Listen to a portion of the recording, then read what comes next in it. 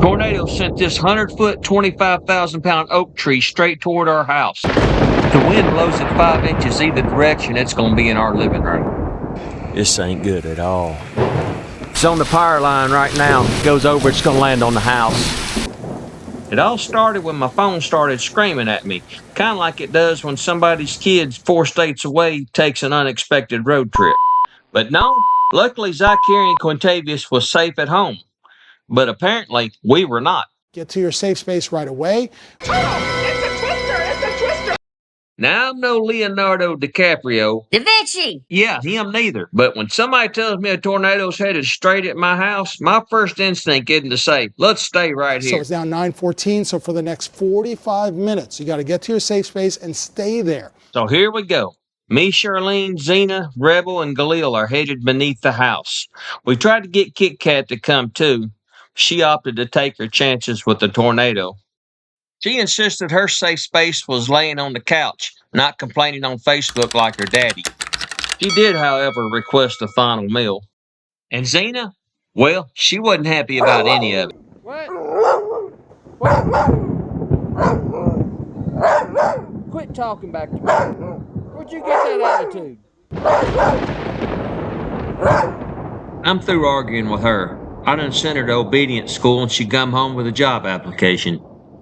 Right now, we got to get under the house or we won't hear the train. And Zena will be late for work. So what did it sound like? A train. There's not a railroad track within 100 miles.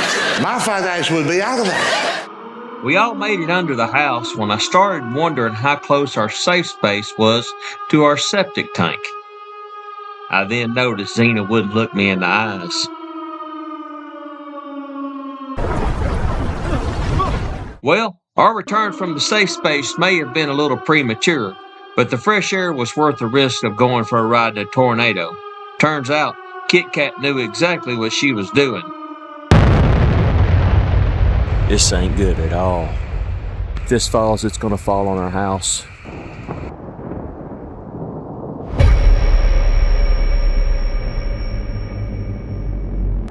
I wasn't ready for this. I'm going back under the house. It's on the power line right now. It goes over, it's gonna land on the house. At this point, I'd been up all night waiting on the power company because limbs from that monster were hanging in the power lines. That red oak had fallen straight toward the house. Thankfully, the big white oak caught it. If it'd fallen a few inches one way or the other, this video would have been called Building a New House. To make matters worse, we had more storms move through after the tree fell. Luckily, there wasn't much wind. At this point, our home protection plan consisted of crossing our fingers and trusting a tree. This non-emergency alert was brought to you by the same people currently ignoring your non-emergency. The cavalry has arrived. Oops, wait a minute. The cavalry has arrived.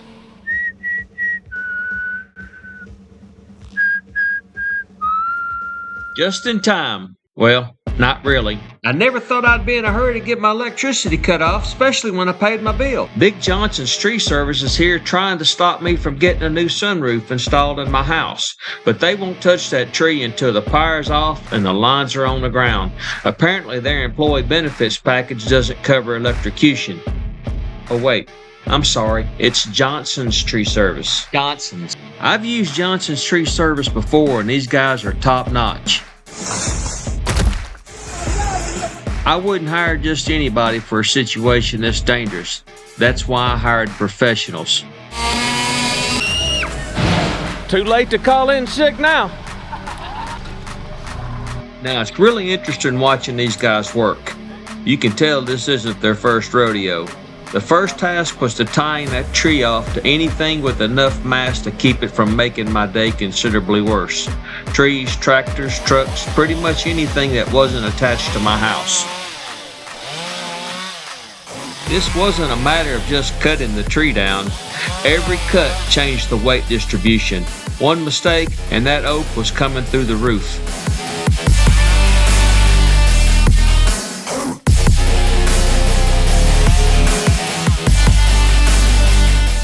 After it was all tied off, it was time to put this tree on a diet. The objective was to remove as much weight as possible without upsetting the giant suspended tree hanging over my house. The climber's name is Ernesto. He's doing all the climbing and cutting. I'm doing all the standing safely on the ground. We both have important jobs. I don't know what Ernesto gets paid, but it ain't enough.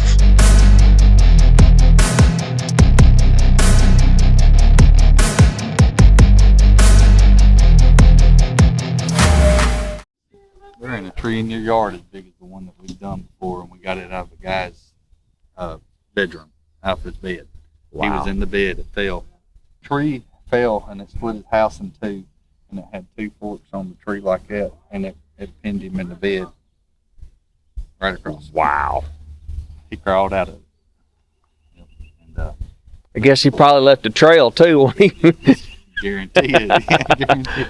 He, to this day, he said he's still shook up about it.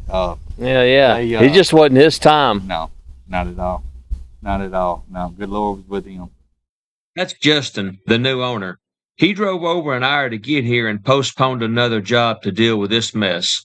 Me and my house greatly appreciate it.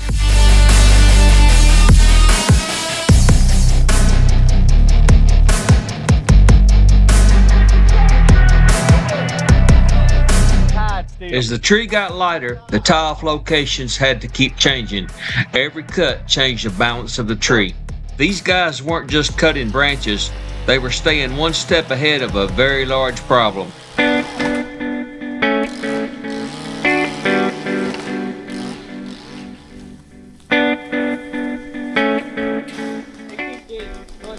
Slowly but surely. Don't call me Shirley. With each limb they removed, you could see the stress being relieved from the lower half of the tree. Me and that tree have a lot in common.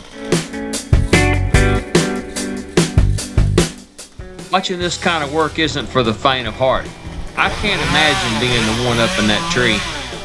You can see the tree getting lighter as more and more mass is being cut away, but every time I saw it jump, my stomach sank a little. If it moved to the right at this point, it could come all the way down. But honestly, I was more worried about Ernesto. The house can be repaired, the house can be replaced. Ernesto can't.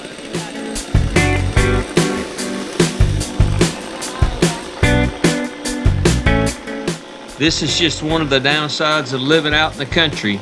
Yeah, you get acreage, you get privacy, you get big, beautiful, mature trees. Unfortunately, every now and then, one of those beautiful, mature trees decides it wants to move in with you. I'd noticed not long ago that this tree had mushrooms and decay growing around the base of the trunk. That's often a sign that a tree is in decline. I've learned quite a bit about trees in the 7 years we've lived in the country. Usually the hard way.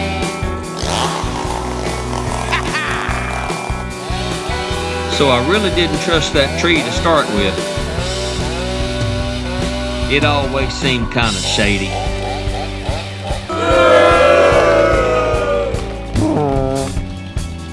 Yeah, I deserved that. The first section of the tree was finally on the ground. Most of the tension was off the remaining tree, which was good because I was running dangerously low on clean underwear.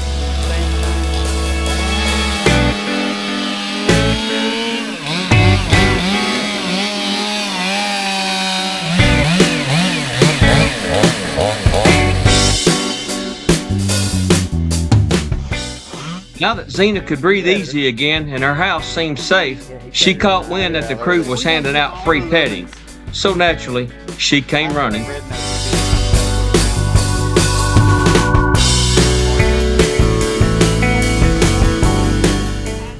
Meanwhile, Charlene was busy scavenging pieces of the tree for Usnea.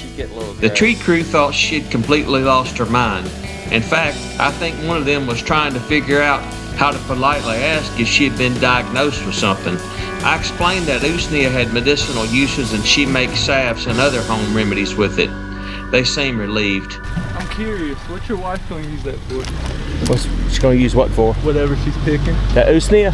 Oh, it's medicinal. It has medicinal purposes. She makes like a salve with it, and she uses, yeah.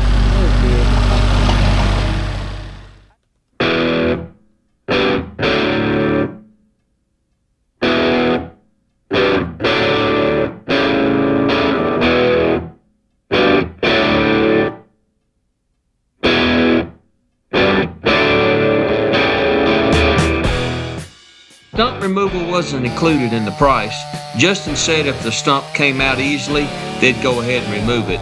Apparently, after losing several tons of limbs, branches, and dignity, the tree was no longer in the mood to fight.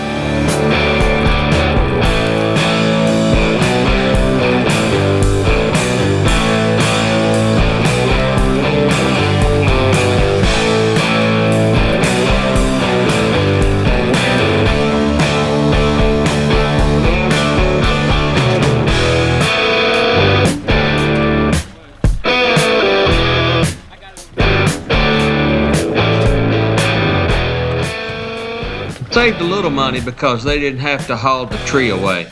The big stuff went onto the burn pile, and I helped my neighbor take the rest of it home for firewood.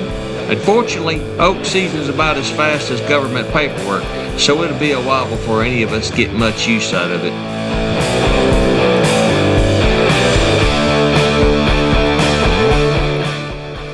I want to give a shout out to Justin, Ernesto, Sec, and Dylan from Johnson's Tree Service. These guys worked their tails off all day to safely remove a tree that could have easily destroyed my home. Good people, hard workers, true professionals, and thankfully they were willing to do the work so I could stand around filming and making jokes.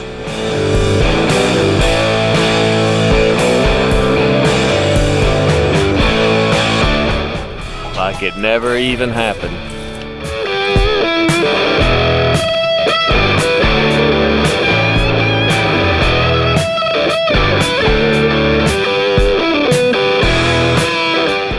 Well, the cleanup was about finished. Now it was time to get the fire company on their way. After all, the danger was over. Everything was going smoothly. Well, about as smooth as you can expect around here anyway.